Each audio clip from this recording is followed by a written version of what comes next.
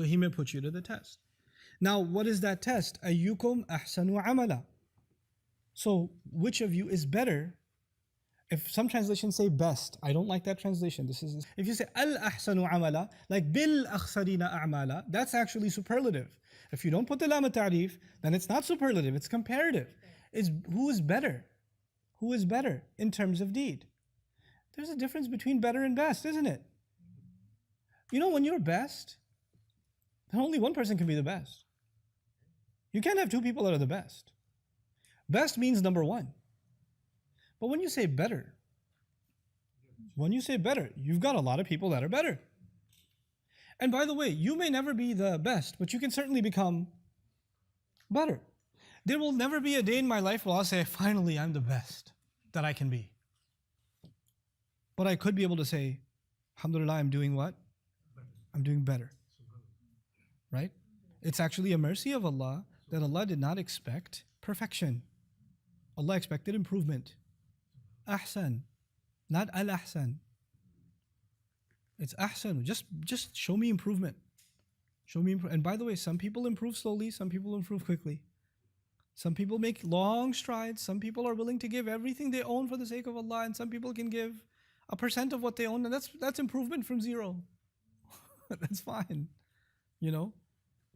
وَكُلًّا وَعَدَ اللَّهُ الْحُسْنَى. Allah has promised the most beautiful things to all of them. You know, everybody will make progress in their own way. It's actually a beautiful thing that Allah created this institution to see which of you is going to make strides to improve. So it's not a fatalistic view. That's the beauty of this ayah. It's not a fatalistic view. It's not death is coming, I'm not the best, I give up. You know, this is very pointed to me because of the culture I come from. This hits me in a different way because of me being Pakistani. And for those of you that are Indian or Bangladesh, Southeast Asians, you know why? Because we know what's instilled in us in our education system. If you don't score the highest in your class, agar first nahi aaye, to maro phir jaake. Fayda kya? If you didn't rank first in your class, why aren't you dead yet?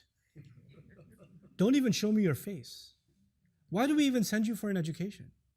What's the point? Number two? You know, like, and you know what?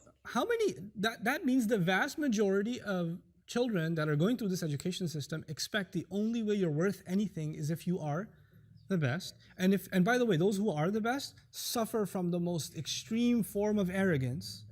Yeah.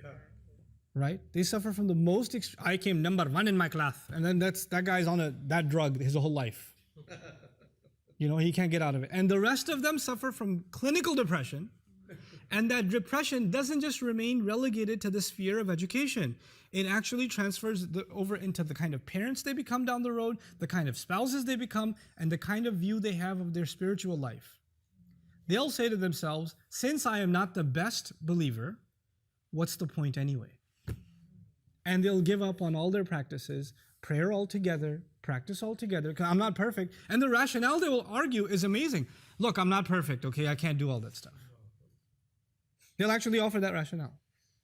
And that entire diseased mindset is crushed in just one word. Ahsanu. He didn't ask you to be perfect, stupid. He didn't ask you to be perfect.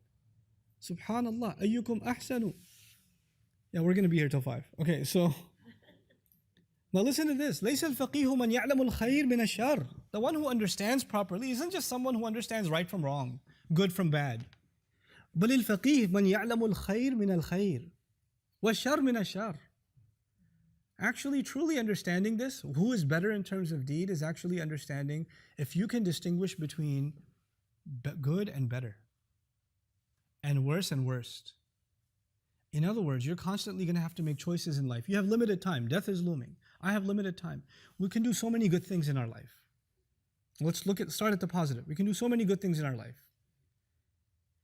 You and I have to prioritize what good thing can I do that is of maximum benefit to me and the people around me that I can present before Allah. Because I have limited time. I'll give you the analogy, because analogies help us understand stuff. You've got 20 minutes left, and you have 30 questions to solve. Some questions are worth 3 points, some are worth 15 points, some are worth 25 points, etc. Which should you spend your time solving first? The questions that are worth the most points, you should probably tackle first before your time runs out. So even if your time ran out before you get to the extra credit or the 1 or 2 pointers, that you made the most of your time. لِيَبْلُوَكُمْ أَيُّكُمْ أَحْسَنُ عَمَلًا, actually embedded in it, who is better in terms of deed, actually suggests you actually constantly have to make prioritizations in your deeds. What are the things I have to tackle right now? What's the best thing I can do? That's on the positive side, but this actually has a view on the negative side too. Ahsanu amala also means to remove ugliness from our deeds. There are problems that I have. There are things I should better about myself, right? None of us are perfect. We all have flaws, but there are some flaws that are mission critical. We need to get rid of those. And some things are, they can take some time. It's nice if you got rid of them, but they're not mission critical. If, for example, someone's not praying, they're not praying, and on top of that, they're not reciting Quran every day, they're missing out on 2 things. Which of them should they take care of first? You've got a bigger problem. This is deducting major points from your akhirah. Why don't you get rid of this problem first, prioritize this, and then take care of the other, because you have limited time. So understanding the value of good and bad, and understanding what big bad things I have to get rid of, what major flaws I have to work on, and what major good deeds should I be engrossed in right now, as opposed to things that can wait. At the end of the day, even in worldly life, you and I have a list of things we wanted to accomplish in the next 24 hours, and we never get through them. Right? I want to get da, and we don't get through them. And you know what happens most of the time? You have 2 kinds of people. You have people that they don't have a good sense of time management, so they'll just do whatever came to their mind, and then at the end of the day go, I had to do this, and I forgot it. I was supposed to put that in the mail, I was supposed to open the account, I was supposed to do that, and I completely forgot it, now I'm past the deadline. And then there are those who look at that list and say, all right, what do I need to do today? And if I didn't do today, there'll be a problem.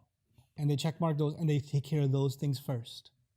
And then if there's time left over, this is smart time management, right? Yeah. It's actually in the words خَلَقَ الْمَوْتَ وَالْحَيَاةِ لِيَبْلُوَكُمْ أَيُّكُمْ أَحْسَنُ عَمَلًا is the entire philosophy of time management in the Quran, in this small phrase. Okay? Now,